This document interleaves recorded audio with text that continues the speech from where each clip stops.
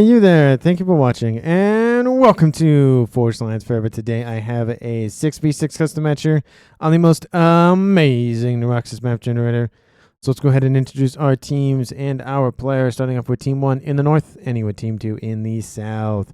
Starting off with Team 1's Northwestern player, it is Mutzo Noob going first land as a Cyber, and he is a 1200 in Batman Gray. To his east in Imperial Gray, we have Phoenix 2982 as another Cybern here for Team 1. He is a 1300 going first land. The third Cybern for Team 1 to introduce is Engineer. He's going first land in Chevy Crimson. He's an 1100. And to his northeast, the first Aeon on his team is Blarg going 6516 going first land. He is in Stitch Blue as a 1200. In the rear guard air slot is Quiet Storm going first land. The second Aeon to introduce, he is a 1500 in Glow in the Dark Green. And last but not least is Team 1's Pac-Man Yellow player of Dimitri 11 going first land. He is an Aeon. He's a 2000 rated player, highest rank on Team 1 and in the game overall. And like I said, he's going first land in Pac-Man Yellow.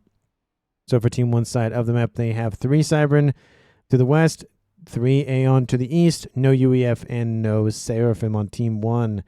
Starting off with Team 2, southeastern corner in lightish red pink, we have Balfron going first land. He is a UEF, and he is a 1500. To his west, we have the Aeon player of Lula Stinger going first land. He is an orange to color orange as a 900. And he's going first land. To his northwest, we have in Ruby Red Fur going first land. He is a 1300, and again, he is a UEF. In the southwest, we have Frost Monster going first land as a Cybern. He is a 1200 in Snow White. In Rust to the north, we have a Martyr 1 going first land, second era as another UEF here for his team. And he is a 1700, tied for the highest ranked player on Team 2 with the rear guard airshot player of Sunny.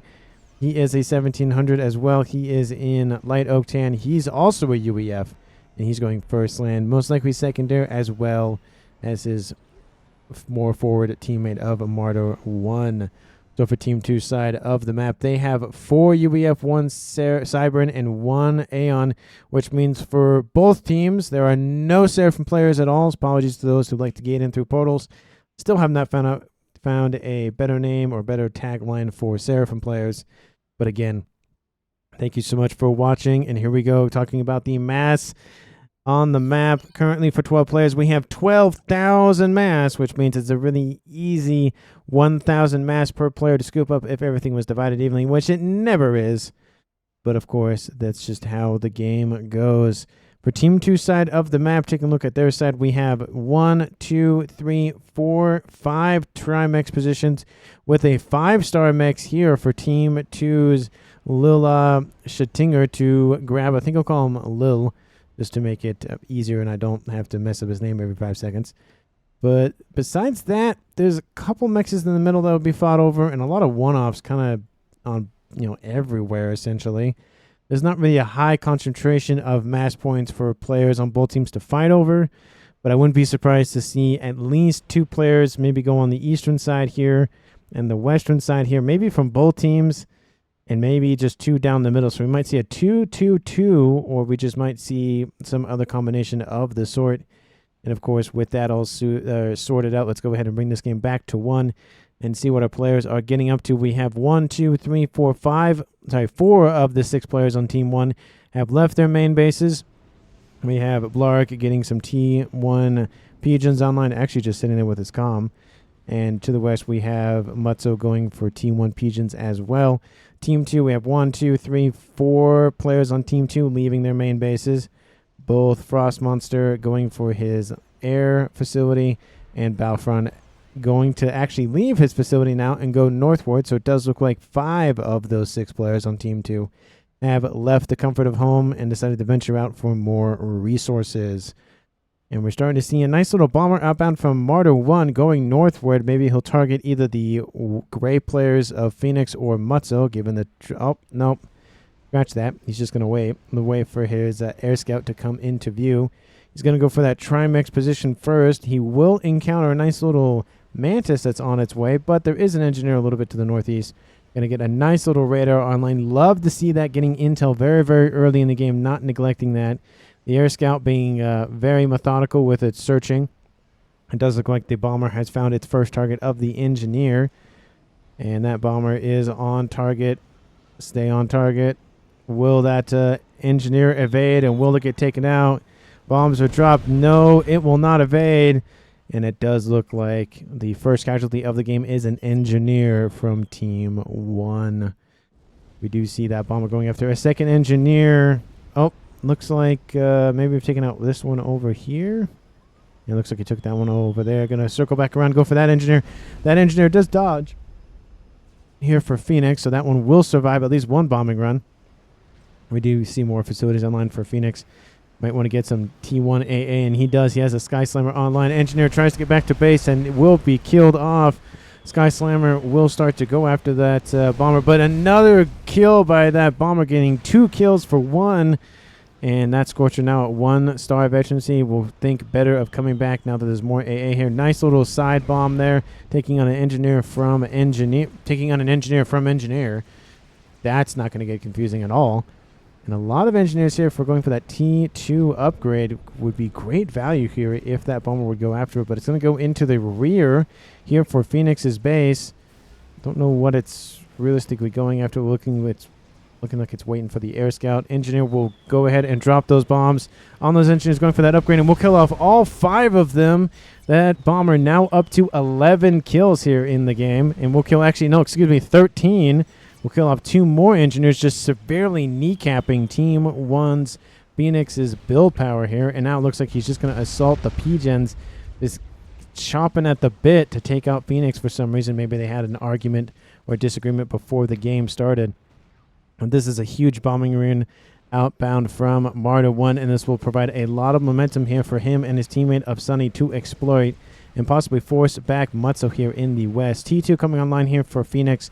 Going to provide a nice little forward operating base. Would have probably want to move a little bit forward, probably for this position. Go for those couple of rocks there. Get some nice little reclaim. Maybe even go right there. Maybe try to, I don't know. You'd probably want the high ground, so grab the upper plateau section there, as we see in the east. How's that bomber still going out? Still online, killed off 15 engineers and other structures. I don't know if I think it counts structures. I think it does. It should.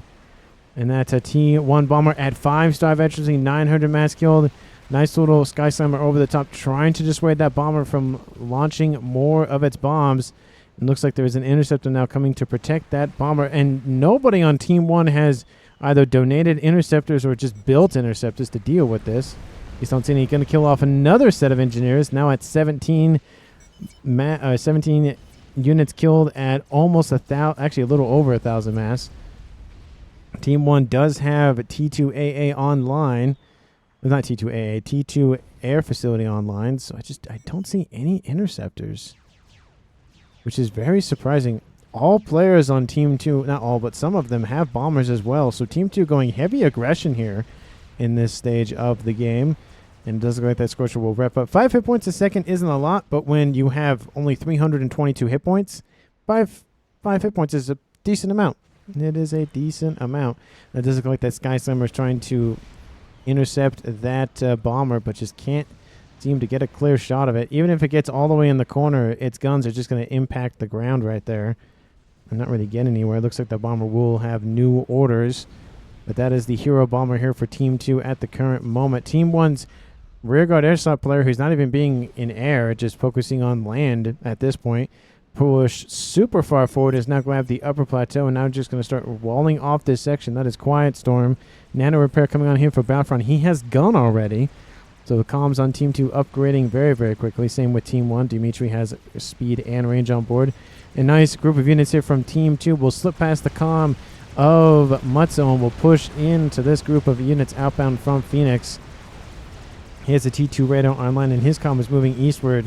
Going to build some T2 PD to protect against any incursions.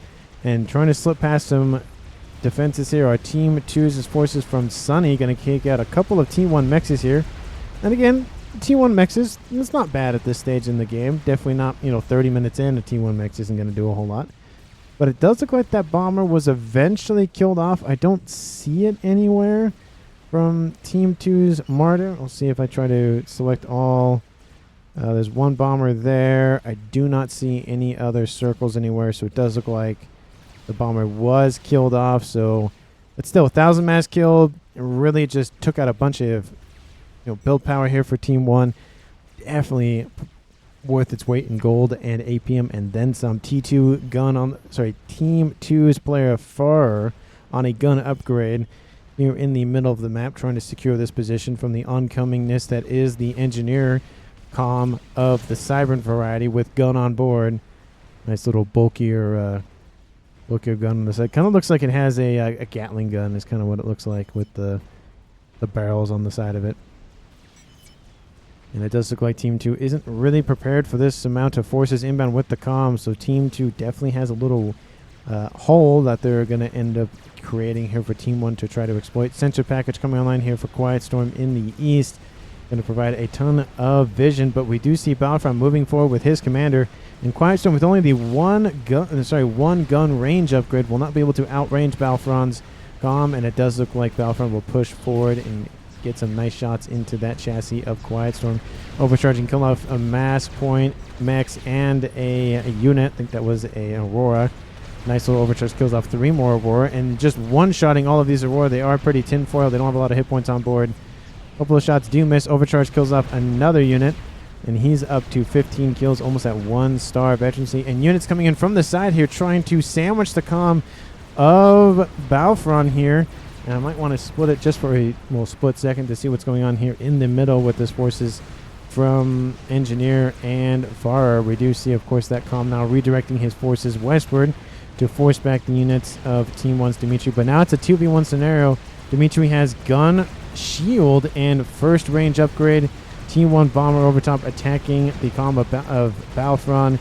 He, of course, is receiving firepower from Quiet Storm as well.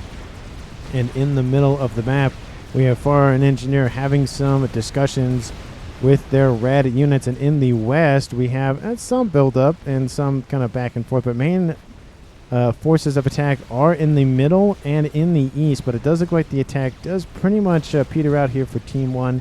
And Engineer should be pretty careful because he could easily be overwhelmed by the comm and the units from Team 2. I think I'll end the split and focus back on the east. It does look like Dimitri being able to use that comms shield very aggressively, getting 1 star veterancy on board. Same here, almost with Quiet Storm. And Battlefront does have 1 almost 2 star veterancy on board that commander unit. We do see a lot of blazes here to the west. A lot of T2 aggression coming out of Team 1. They kind of waited a little bit, went for that immediate tech upgrade, and then put out more superior units. And it's really showing here. Team 1 has grabbed a lot of territory on this eastern side. Very similar to what Team 2 was doing on the west. But, Team 1's Battlefront, it's essentially occupying 2 comms' attention here, which is good and bad because it's good. So, it's, taking up 2 comms' attention. But on Team 2's side of the coin, we do have Battlefront receiving, 2 firepower from, or 2 comms' firepower to the chassis. So definitely a smart move going for that nano to rep up hit points while he's out of range for the time being. We have interceptors flying off, trying to take out these Corsairs outbound from Frostmaster, trying to assist with the units that are outbound from Team 1's Dimitri. And there are some units trying to intercept, and more units fall back from the middle. But Team 1's player of Engineer gets killed off by Team 2's Farr. Looks like Engineer didn't retreat when he should have, and Team 2 took advantage. And now Team 2 in the lead. For comms left alive, 6v5. And it looks like Battlefront's just going to walk down Dimitri's comm. Quiet Storm focusing the units, getting a nice little overcharge to kind of spill over to Dimitri's comm. That shield is going to fall here pretty shortly, and once it does, Battlefront is going to target the comm directly as well. Actually, we'll shoot Quiet Storm. Quiet Storm trying to body block here for Dimitri. Overcharge in the face. That's never a good idea. And it does look like Battlefront isn't really microing his shots. Should be focusing on Dimitri. He will get forced back by Team 1, but is doing a ton of work taking out another blaze in the interim, and he's receiving a ton of firepower. Both comms on Team 1, both Aeon, and both have the first range upgrade, don't have the second. They easily would kill off the comm if they did have that second one, but for the time being, it's just kind of the same range for both of them. And Battlefront dealing with a Blaze coming in from the north as well, just constantly getting raided back and forth here between Team 2 and Team 1. Team 1, of course, getting the better end of the deal where their infrastructure is fine, but of course the more forces they land or they throw at Team 2 on the southern side, the more reclaim that Team 2 has access to. So has to be very, very careful with how many units he throws at Team 2, and it does look like Quietstorm will have to retreat in the face of the defenses that are still online here for Battlefront in the east. In the west, we're going to just shoot over for a quick second. Phoenix and Mutzo holding off Team 2's Sunny and Martyr very, very effectively. Again, same positioning here between the two teams, but the armies definitely assist with defensive measures, as well as getting some T2 PD. There are tickle cannons, but it's something, but they are in range of some triads, the far superior T2 PD, in my opinion. I think any T2 PD is better than the Cerberus, to be fair. And it does look like Team 1's Phoenix will just have to just hold back for the time being. T2 on the way here for Far, going to get some more hit points on board that chassis. T3 air has been achieved by Frost Monster as well as Team 1's player of Blarg. They're both fanning out their air grids as we speak. We have 14 minutes on the clock and one person has died. Does look like there is more assistance coming in to assist the defense and now offense here from Team 2. Looks like it's out from Lil. And they're not pushing as much as they it's probably about the same. And again, the whole difference is, does Blood go west to assist the push and then leave this side open? Or does he stick with it? The shield is coming online here for Quietstorm. I'm going to get 8,000 more hit points on board that can regen independently from the main hit points on board those chassis. It looks like Dimitri's going to leave, and it does provide an opportunity for Battlefront to push forward. Going to get some engineer kills and some T1 just spam kills.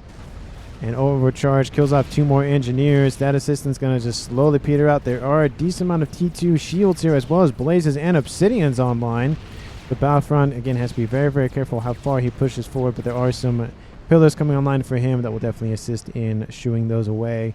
And Dimitri actually doesn't go south, will go westward and try to intercept the front line forces here for Farer. Farer is on a T2 upgrade and does have gun, and he will finish off that before those blazes are coming in to intercept. Looks like they're coming for after the comm directly, and they'll actually, nope, looks like they changed. That's another move order, I guess. T2 units will engage one another, and now with that comm repped up back to 10,000 hit points and now 16,000 being the max, T2 Mechs are being assassinated by blazes, but now Ferguson gets some nice little veterancy on board. Probably get to 3-star at this point with the amount. It'll be close. It'll be close to 3-star if not. But there's a nice group of units coming out from Blarg to help assist. It's a nice little pincer attack going on, but it's not going to work as much as I think Team 1's really hoping for. They'll kill off a couple, like I said, T2 Mechs that are firmly in Team 2's territory. That's 24 mass per second, cut off from Team 2, but easily be able to rebuild that. Not really anything gained, more a temporary setback, which in some cases is better than nothing, of course, but it's, of course, the mass invested, which honestly, it's probably about a tie. I see, 300, 700, 1,000, 13, 14. I think it's a little bit in favor of Team 1. They killed off more mass than they dumped, but not by much. So it's kind of one of those low ROIs versus those high percentage ROIs. We do see a nice little line of fire base is going to be established here for Mutzo pretty soon. And he has landed some forces up here in the upper plateau section, but they're going to be forced back by the pillars and shields and T1 spam. That is Sunny's forces. And it's just going to continue to force these units back. Mutzo's going to come forward. He has stealth and gun, but that does not mean that he has cloaking. It does get pinged by Team 2 saying, hey, there's a comm right there. You should probably fall back. Sunny does have gun. Probably would benefit from either T2 or Nano. I would think T2 kind of mimic what's going on with his teammate in the east here for Martyr 1. Definitely would assist in, at least holding the line. Doesn't have to build as many units. We do see a counterattack coming in from the middle here from Team 2's Fur to Team 1's Phoenix. Going after this little fire base that's been established. A couple of T3 Mexes, and it does look like it's going to be sandwiched by forces from Blarg and from Phoenix coming in to defend this position. Those units do retreat. They try to kill off that T2 Mechs didn't get any kills off of it, but there's just spam here from Blarg. He's focused on air, which I don't blame him. He's kind of microing, of course, 2 bases. He does have T3 land online. He'll have access to bricks, have access to monkeys, and the sort of thing that do come with those T3 engineers. Balfron dodging those Oblivion shots quite nicely, but there are now T2 mobile missile launchers online, so it has to constantly move to avoid firepower from that magnitude. But a couple of Harbingers online for Team 2's Lil pushing forward against Dimitri. Might look like it's enough to... Oh, well, one's already dead, so maybe not. Again, 8,000 plus 13 is 20. Oh, it's 21, but... nice bombing run inbound here from those Corsairs of Frost Monster trying to kill off Quiet Storm's commander. Balfron going to use the opportunity to push forward. Those Harbingers now going to redirect southward to try to go around this way, but Dimitri going to cut them off, and those Harbingers will be forced back. Another bombing run does make it around, and ASFs are protecting those Corsair investments. Team 1's Quiet Storm is looking a little bit worse for wear as Corsairs continue to bombard that commander. There's a couple of AA in the mix, so they're taking out a Corsair here or there. The Quiet Storm's down in the red. More Corsair fire is running around, or more Corsair landing around him, and Quiet Storm trying to rip up that shield, but it's not going to be done in time. But there he goes. He's killed up by Battlefront with the assistance of Frost Monster. And it does look like Dimitri is also looking really worse for wear. Units coming in from Lil as well, and they're just ripping into Dimitri's comm. 2 of the 3 Aeon commanders looks like they're going to die here within, you know, a minute or so of one another. Dimitri, oh, that's it. He's done. Those pillars lock on, and Balfron loses all of those pillars, but still relieving Team 1 of 2 commanders within a minute. Will give, looks like Phoenix, all of those bases. I wouldn't be surprised if Blarg gets at least one of these just because he's over here. What is it? Strongest 1500, I know, says Sonny. Yeah, I definitely agree with that. Balfron is a really, really good player. I mean, he's 1500, he's pro level. And with the assistance from Frost Monster, definitely, that's definitely underrated there from Frost Monster coming in with those Corsairs at the right time while Balfron was pushing forward with the assistance of Lil as well. So all 3 of them worked very much in tandem to get those 2 kills. It's now a 3v6 in favor of the southern team of Team 2. Corsairs now just running around going after units in the middle. They will be killed up by the ASFs from Blarg, but the damage is done at this point. Those Corsairs got their targets killed, and Balfron's not going to stop moving. He's at 12,000 mass killed, but there's a group of Harbingers moving in to intercept. He has to be very careful. He could be easily overwhelmed here with that facility pumping out Harbingers as it is. Overcharge does kill off the volcano there, but Balfron will receive some firepower from those Harbingers, and the overcharge goes after the engineers, not the Harbingers, and overcharge does kill off a lot of the shielding for those Harbingers, but Balfron went too far forward too quickly. Harbingers need to retask onto Balfron's commander. They can easily kill him off here, and there he goes. Team 2 loses Balfron. Rip Pink says it was scouted too, says Lil. Yeah, it was definitely scouted, and Team 1 will get some revenge for their fallen comrades. It's now a 3v5, still in favor of Team 2, and Lil will probably inherit everything in the east unless Sunny keeps it, which I might see that happening if Sunny just keeps this, but I mean, Lil's doing pretty well. He's at T3 land and can easily get to T3 land here for the UEF, so he'll have access to Harbingers and Percys and Titans, and oh my. We do see Percy, speaking of which, pushing forward in the west. Mutzo having to deal with this incursion. A lot of T2 spam here as well. A couple of Harbingers. I mean, they're not designed for this amount of spam. They're designed for single fire targets, being experimentals, comms, that sort of thing. And dealing with this amount of units is just overwhelming for the Percys. There's too many targets to fire at. Bricks would definitely be a better choice here for this engagement. Bricks or Authams or Harbingers, just anything else but the Percy specifically. But the Percy does have good range, and it's actually starting to walk out of it for most of those units. Rhino trying to catch up to it, as well as Mantis. Another fire. Well, it takes 2 shots to kill a Rhino there. We'll fire another shot. Oh, actually, Percy going to redirect onto that mass storage. That's not the best way to take this out, even with engineer, says Battlefront in the east, and does look like those Harbingers coming in to just shove Team 2 away. I feel like Battlefront, I get what he was going after, trying to take out more infrastructure, but just push too far forward. Was that a missile that just launched? That was a missile fire outbound from Sunny going after that T3 land facility. The land headquarters is back here. T3 Pigeon also online, as well as the Colossus almost done, actually about to stand up. And there he goes. There's an attack in the middle brewing here. Lots of bricks online going after those T2 mixes once again. But there's a lot of missile launches as well as T2 tanks. And if the bricks don't move, that's a lot of damage that will land on top of them. They are given orders to at least shuffle a little bit so those missiles won't be able to target them easily. But in the west, Team 2 making a ton of noise here in the west, pushing back Team 1 quite significantly. They've fallen back. Both the comms of Phoenix and Mutsu are back here. They were here earlier. And at 22 minutes and 57 seconds on the clock, let's take a look at how the game is progressing overall. Currently on the map, we have 46,000 reclaim to scoop up, most of it landing essentially in the middle of the map, kind of on Team 1 and Team 2 side, kind of, sort of. Team 2 has 5 players left. Team 1 has 3 players left. Team 1 currently producing 900, almost 1,000 mass per second. Team 2 at 1.2, so we'll call it about 200 mass more for Team 2 than for Team 1 per second.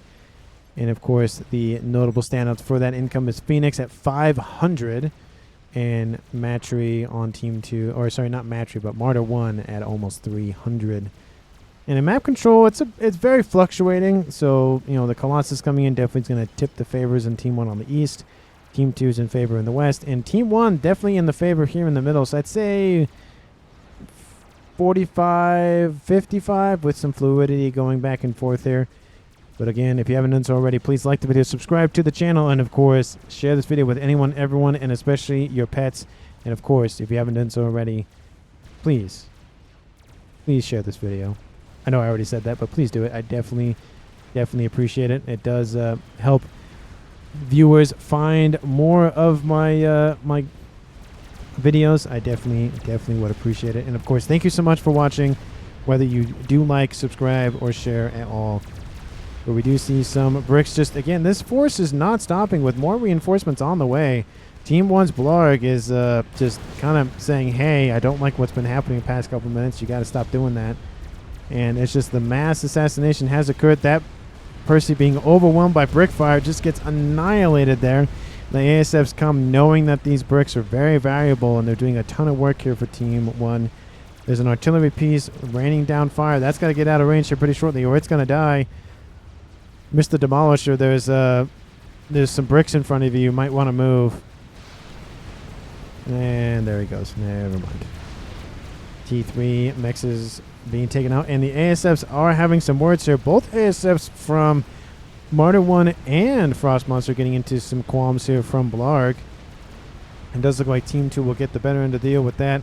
The comms over here to the west, maybe the units from the Blarg ground forces will divert to that direction. But it does look like Blarg will actually retreat to help defensive measures here. T3 Pigeons online. There's no spam in terms of Team 1 or T2 PD coming online.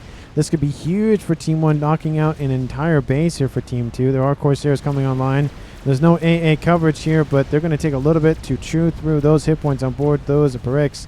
And like I said, more bricks are incoming all the time. There's just a nice little convoy of bricks and supply lines constantly shuffling to that front line. There are more Percys being diverted to the south, though. T3 Pigeon is the main target. That's definitely what I would take out. Get that nice AoE explosion going on. T3 air headquarters now targeted. I don't know why you would switch targets, but I guess there's some reasoning for it. T3 air has not been taken out. Could have easily taken out that Pigeon, but I'd say that's definitely a missed opportunity here for Team 1's Blarg. I don't know if he retasked by accident or not, but Monkey Lord is online for Team 1's Phoenix, and this position is dead. There's no saving it. All those Percys are going to be now redirected northward. There's also bricks moving in northward as well as some Percys coming in from Sunny as well to assist in defensive measures. But there's a couple bombers over top, not really going to do a whole lot. And now with that momentum going on, Team 2's Sunny has to retreat and now intercept those forces, giving a lot of time for Mutzo to build more defenses. The Fatboy was being built and was taken out. Corsairs now raining in, coming in to assist. Frost Monster really loves his Corsairs. And the Percy's now, having dealt with those bricks, will now have to retask on dealing with this Monkey Lord. Monkey Lord probably at this point should retreat. There's a ton of Percy's lining up for the attack. And that Monkey Lord is going to receive a lot of pain very, very quickly. Experimental is online. And in the east, there's another experimental going on. It is the Colossus that we saw a long time ago. And there goes Lil, taken out by said Colossus. And Sunny will inherit that base to the east. And those Percies will take out that Monkey Lord in the west. Colossus v Colossus fight. It is Harbingers versus Harbingers. And that Colossus here from Team 1 will be taken out just barely before the transfer of control was given to Sunny. And now that Colossus will rip the shields off of those Harbingers from Team 1's Phoenix. So I did love the dual-pronged attack going... Oh, don't mean to do that. Dual-pronged attack going on from Phoenix from the west and the east. I would have probably liked to see him take out more of those structures, but he did take a decent amount out. This base is completely gone, and this base has seen better days, to be sure. I love how there's just a Harbinger just right there. It's getting pinged. Says, Sunny, can you deal with that? Actually, it's being reclaimed by the engineer. There it goes. And we have a lot of reclaim now, says Battlefront. Yes, between the Colossus wreck in the south, the bricks and Monkey Lord in the west, and then all the bricks and units here in the middle that definitely reclaimed by Team 1. I mean, that's a decent. That's 33,000 plus, let's say, another 40,000. So 70,000 mass. Definitely looking like a nuke, artillery, that sort of thing. And I mean, Team 1 didn't kill off any players besides Lil in that engagement, which means now it's a 3v4 still in favor of Team 2. And at this point, it's given Sunny a ton of eco to play with now. Looks like he's at almost 500. Team 1's Phoenix at almost 600 mass income. Nuke, speaking of which, is online in the north here for Blarg. He's pumping out those missiles and, of course, dealing with the air grid. Going for some restorers as well. Love to see that. Second Nuke also online for Team 1. That's almost loaded and... is loaded, and it's going to launch immediately, going after Team 2's position here, but there is an SMD, is not loaded, and it's going to go for the air grid in the air grid that's not really an air grid, and it does look like this position will be wiped out of existence. The more important air grid is actually online and will be fine in the east. The SMD, oh no, Matry's walking back. If he walks too far back, he could be killed off. Same here for Sunny, trying to walk in a direction. And that nuke will fly overhead. Maybe he'll notice that it's going to land further south. And Frost Monster also moving. Yeah, he does notice. Okay, he does notice that the nuke is going further back. And there it goes. Going to land on Sunny's base. And kaboom! Takes out 1, 2, 3, 4, 5, 6 mass points. One of them was T2, but the rest were T3, it looks like. So, what is that? 27 times 5 plus 9? It's the... Yeah, 9. So, what would that be? 27. It's 100, 135. So, 9, 140. So, call it like 150 mass income. Oh, yeah, drop them at 350. It's about that.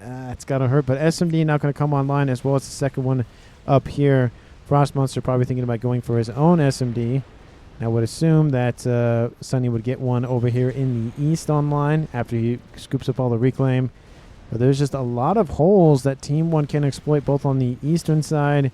Western side is pretty much shored up, but the middle definitely needs to be looked at here for Team 1. There's a lot of Percy's and more Percy's and engineers online. Team 1 needs a couple of experimentals, that being the Crab at a minimum just to get the range, and then the Monkey Lord to come in and just blitz everything down. But I don't think that's coming on the cards here soon.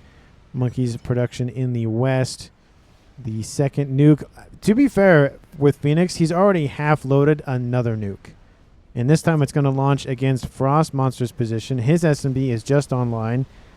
And that might actually not finish before the nuke is...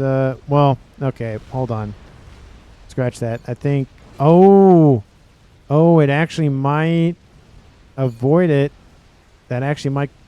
Oh, that might actually avoid that. That might actually avoid it. I don't know. We'll see if it actually strikes on that air grid. But the Colossus is being assailed by some whalers. ASS will fly over the top here from Frost Monster. Looks like the better engage here goes to Blarg. Getting a better set of turns here. Those forces very much split. Not really a tight little circle spinning around. But it does look like some reinforcements are inbound, as well as some interceptors just to act as cannon fodder to allow those ASFs a little bit of breathing room. And between those units and the ones here from Team 2's Martyr 1, it does look like Team 2 will retain air control. Colossus will still push forward, will die off pretty shortly. And it does look like it's being assisted from Team 2's perspective, at least by some Perseus and Harbingers. Love the mix of units, of course, and there's also sniper bots in there. Love that. I love to see the intermixing of different types of units from factions to benefit one another. I mean, there's something to be said about just going 200 Perseus and calling it a day, but there also is something to be said about going like 100 Perseus and 100 bricks or 100 something else. But it does look like the Restorers in the west going after those Fatboys, but unfortunately there's some AA over here. There's actually some flak from those skyboxes. And now the ASS will come in and take out the rest of said Restorers' hit points. It does look like those ASS from Team 1's Matzo comes in and tries to pick a fight with those ASS from Team 2. Another nuke will launch. Going to go after this position. And the SMD is not going to be loaded in time. This SMD is loaded, but it will not reach that nuke. And Team 1 will have another successful nuke landing. And it's already killed off 46,000. Nuke in the north almost loaded as well. So a third nuke about to materialize here for Team 1. This might be Team 1's saving grace here with multiple nukes. Frost Monster knows it. Gets out of range, and there goes that air grid, and it is going to go up in smoke. Same with that SMD that he was building. Oh, it's just painful watching all these bases go up in smoke. But of course, kaboom! Takes out 1, 2, 3, 4, 5 MXs, as well as most of the P-Gens. And it does put Frost Monster most likely at a... No, he's still fine, just barely. Had he lost this, P-Gen definitely would not be feeling as good. But it's doing fine for the time being. Attack once again from the northeast. Going after this base. Dual Colossus now online. And it does look like Team 1 not getting as much value and mileage out of that attack as used to. But nice brick force moving in. Making the way here for that Colossus. And there's a bunch of Perseus coming in to intercept. Actually, some of them retreating. But the Perseus count definitely is not as much as probably Team 2 wants it to be. It does look like the bricks will be forced back in some manner. We have one group of Perseus, 2 groups of Perseus, 3 groups of Perseus for Team 2. Lots of UEF here. There were, 4 players on Team 2 that chose UEF as a faction. Well, yeah, 4. And that Monkey Lord going to be overwhelmed by Harbingers. But actually, as you can see, the Harbingers not doing as much damage as you would think. Oh, it's going to be close. Monkey Lord does get a rank in veterancy. That will assist. Nice little Redeemer over there. The AA going to force the main cannon on the Monkey Lord to turn around. If it hadn't been for those extra hit points, I think the Harbingers wouldn't have fine. But the attack does recommence here. And those bricks are annihilated by this large group of Perseus. There's even more Perseus in reserve for Sunny. And that's not looking good. A lot of reclaim. Lots and lots of reclaim. 30,000 in bricks and other units in the west. Donut over top of that Fatboy. That's never a good sign. Team 1 went for Donut when they don't have air control. That's interesting. T3 air just barely out of range. First, Fatboy will be taken out. There are some Cougars underneath that Donut. It does look like that Donut is producing ASFs or something on board. Actually, that's the wrong player, excuse me. There it goes. It's producing, ASFs. Those Coronas.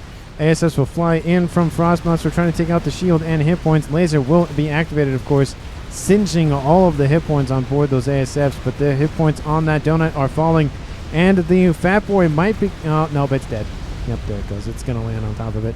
Team 1 now has air control due to that distraction from the Donut, but is now donated a decent amount of mass for Team 2 to scoop up. And I feel like the story so far with Team 2 is we lose territory a little bit, we lose some infrastructure, but we get a bunch of mass out of it. So is it really that bad? We do have those whalers going after the Colossus here that just got taken out. And the Percy's lining up shots, taking out brick by brick. And we have more Harbingers now from the east coming in to relieve Team 2's central position here.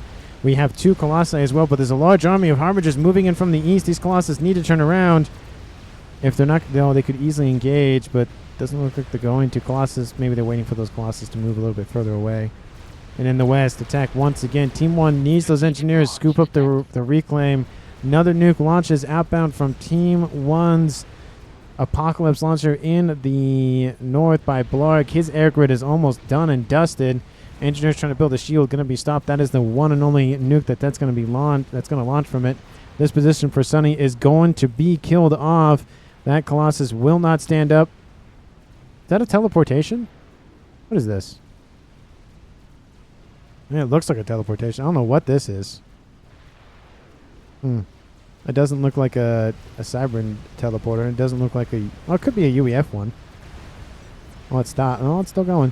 But kaboom! Takes out almost all the engineers and takes out 5 more Mechs. Those Harbingers are given the orders to engage, and now those Colossus are in the middle fighting a war against another Colossus from Team 1. That Colossus gets a rank infantry, tries to force that Colossus from Team 1 to turn around, and while it does that, it looks like it might just have saved itself, but those Harbingers underneath definitely not going to be saved. Bricks focusing on the wrong Colossus here. That one got a really interesting turn there. And Team 2 might almost secure this reclaim. Team 1 does have a nice little Monkey Lord on the western side. And there is a Fatboy starting to come into range of said Monkey Lord. Killed off 38 units so far. More structures, either or. More bricks raining in from the northeast. Team 1's Harbingers coming into the main base here for fur, but there's a lot of Team 1 PD that's been built up protecting this SMD. And those Harbingers are just lambs to the slaughter at this point. Now going to be able to focus on the shielding, but there's a ton of shields and PD. Well, also some Ravagers in there. Would honestly prefer some Triad. They fire at moving targets a lot better than Ravagers, but still just rips through the shielding and everything on board those Harbingers. One last shot. There it is. Takes out that last. Actually, there's 2 more down here. But it does look like, again, Team 1 is trying to exploit this as much as possible on the eastern side, but at this point, it's just not really worth it. It's a lot of empty territory. If they can claim it and hold it, that's one thing, but they're just going to attack. Mega being pointed out by Team 2. It's being owned by Phoenix. The nuke launcher is dead and gone. The nuke launcher here for Team 1 is not being assisted. It looks like Phoenix is on other pursuits. Does anybody else on Team 1 have any sort of game plan? I don't see any artillery being built. I don't see anything of the sort. Mass assassinations by the satellite from Martyr 1. I don't see any artillery yet. I see RASCOMs, lots of RASCOMs, but that's realistically about it. We're approaching the 40-minute stage of the game, and neither team really going for one solid strategy and how to end it, being artillery, game enders, nukes, that sort of thing. You know, Team 1 lost one of theirs. That one did do some damage, but you know, now we have just not enemy units, but Team 1's units occupying this territory. We do have that one Harbinger killed off 3 Mechs down here with the assistance of its teammate that's already fallen. But it does look like that Monkey Lord doesn't really like what's going on over here, and will try to take out the Harbinger once and for all. There's still a T3 Mechs that is under siege. It does look like the Megalith is going to rotate eastward. We'll pull some defenses off the middle, but artillery fire, I must admit it, is online. As I'm saying, Team 1 isn't going for anything. It's Phoenix with the Emissary, best T3 artillery in the game, and that is a UEF main saying that. I prefer the Emissary over anything else. It just has that secondary pulse that it does is just devastating. Where is that artillery firing is the question. Going after... Honestly, I don't know what it's going after. Looks like it's going after Mexes. Not going after the comm. That doesn't make sense. Going after this pigeon right here, that's not really worth the attention. It's on the edge of the map now. Gibbs says Sony. Oh, talking about his units. And with 3 Fatboys online, Team 2 has enough defenses to hold off any sort of incursions. Constantly bringing some engineers online to scoop up that reclaim shield, says Balfron. Yeah, we're talking about the artillery raining in overhead. And that's only, I mean, what is it going after? Is it going to kill off a... Nope, not going to target anything there. Maybe it's trying to target Frost Monster's commander, but they can see him. He's walking around, but I don't know what they're doing particularly. Oh, it will land. Oh, pretty close to him. Frost Monster looks like... No, he's perfectly fine. He's going to move out of range of that. And in the middle of the map, we have a bunch of Team 1 spam from far and a bunch of bricks holding the line. Grab as well, doing what it can. But T3 missiles? Yeah, those are missiles coming online here from they look like spearhead missiles. I don't know where they are, though. Oh, they're right here. They're launching a couple of volleys at the enemy, or their enemy at least. Satellite over top. Team 1 definitely has to find a solution against that. Second satellite, of course, is online. Third one is halfway down. Fourth one is going to be started here pretty shortly. Attack in the west by some bricks. Does not go anywhere. Looks like there were some monkeys in the interim as well. But now with a fourth Fatboy online for Team 2, this is devastating for this western side. Teleportation has been started here for Mutzo, and cloaking is coming online here for Phoenix. Strap bombers being assailed by those bouncers in the northeast. Looks like just a bunch of spam coming out of Team 2. Nuke will launch once again, but I think Team 2 is pretty much well covered. SMD right here, backup SMD. Assuming there'll be an SMD here at some point. SMD back here. SMD over here. So Team 2 realistically covered for, inbound nukes. Does look like it's just going to be shot down by this one right here. Oh, there it goes. Impacts that very well easily. Artillery still landing here. It's second one online. Now this is getting very scary here for Team 2. They need to deal with this. 2 satellites over top. Not going to be enough to puncture those shields. You need at least probably 4 or 5 of them realistically. With at least 1 artillery constantly shelling the position. That too. But the Fatboy is now starting to fan out here from Team 2's Light Oak Templayer of Sunny.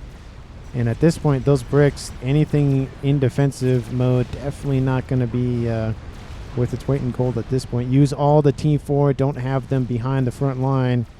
I mean, definitely have them behind the front line to be fair, but, there's definitely a crab coming on. Looks like it is going to be targeted personally by those Fatboys here pretty shortly, and some bombers running over the top, going after the T3 facility over here, taking out a ton of engineers in the explosion. Oh, so very close to taking out that facility. They will get another shot at it. And the crab goes, that's a lot of firepower. I'm just going to say no to that. And that T3 facility is taken out. Strap bomber will also be taken out by ASFs. This is the main goal here for Team 1. More shields this far. Oh, the satellites. 2 of them got taken out. That's going to hurt. Team 1 knows where they are, and they are landing every which way to go after them. Oh, that's just got to hurt. All that mass. I mean, you easily build on top of them, but... Oh, the stealth field. Oh, it's fine for now. More shields. Take off a couple of the engineers. Go after shield. Or the Rascoms. Oh, going to take out all of the reclaim from that one. And the shield fall on the other one. Oh, it just... You can see it just takes out tons and tons of capacity on board those shields. And with 2 of them raining in, it is just devastating here. Looks like that one's a little off. That is a little off. Looks like it wasn't placed in the middle. Not going to get as much adjacency, but, stuff happens. You misclick just barely, and it makes a difference. Looks like the crab was eliminated here from Team 1, and Fatboy is just starting to pummel anything and everything in their sights. And Rascom taken out. The 1 remaining satellite that's online is about to fall. Oh, shields need to be built faster. Faster, faster, faster. Looks like that actually didn't really help. More shields going to be built as kind of a line to overlap one another. Oh, it's getting dicey here for Team 2's match. Oh, there's a teleportation inbound here from Team 1. Oh, no. That's between 3 P-gens. Oh, that's not great. That SMD is being loaded by the Calm himself. And there goes the Calm going after the shields and then goes after Matry's commander. Ravager's opening fire. And will it be enough? No, it won't. To prevent the destruction, Team 2 loses a player and Team 1 as well. Mutso, murder suicides on top of Martyr 1, and is now a 2v3 in the game. And with 2 artilleries online for Team 1 and nothing realistically online for Team 2, that really puts Team 1 in the driver's seat. And everything transferred over actually to Farer. Sunny's focused on other endeavors, it looks like. Shields are not online. The last satellite has been taken offline for the time being. Those Rascoms need to be ordered to do stuff. But that's got to hurt. But of course, Team 2 has a ton of momentum going here for him. With 5 Fatboys, very, very close to Phoenix's original base. That nuke is about to die here. And these Fatboys are in enemy territory. Just send it. Nothing protecting against those Fatboys from Team 1. Air facilities, says Martyr, and use these. There are experimentals in the middle of the map, 2 of them to be of fact. Team 1, again, being very defensive. They built those 2 artillery pieces. Oh, it looks like one of them was taken out, actually. Don't know, from maybe strat bombers. Looks like yeah, maybe strat bombers. It looks like we're over here dealing with those artillery. One of them is better than none, I always say. I know something's better than nothing. But that definitely alleviates a ton of pressure here from Team 2. Or from Team 1 on top of Team 2. We do have Phoenix running around and cloaking. And this base for Team 1's original player, Mutsa, will be taken out as well pretty shortly. Created a marker with the text Scout G, says Sunny. And are they going to go for satellites? It doesn't look like they're going to go for satellites. More air grid, it looks like. More and more air grid. Which can work, of course, if they just bombard the crap out of those artillery till they die. But, they do have some experimentals in the middle. I love the, brother from another mother. One is better at shorter range engagements. One's better at longer range engagements. Brother.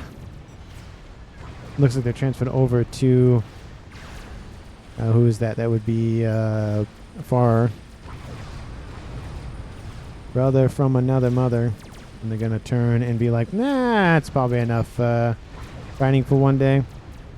And with those Fatboys in the north, this base is gone. It's not surviving. I feel like maybe you should have shifted it to the east to start going after whatever is owned for Blarg. But again...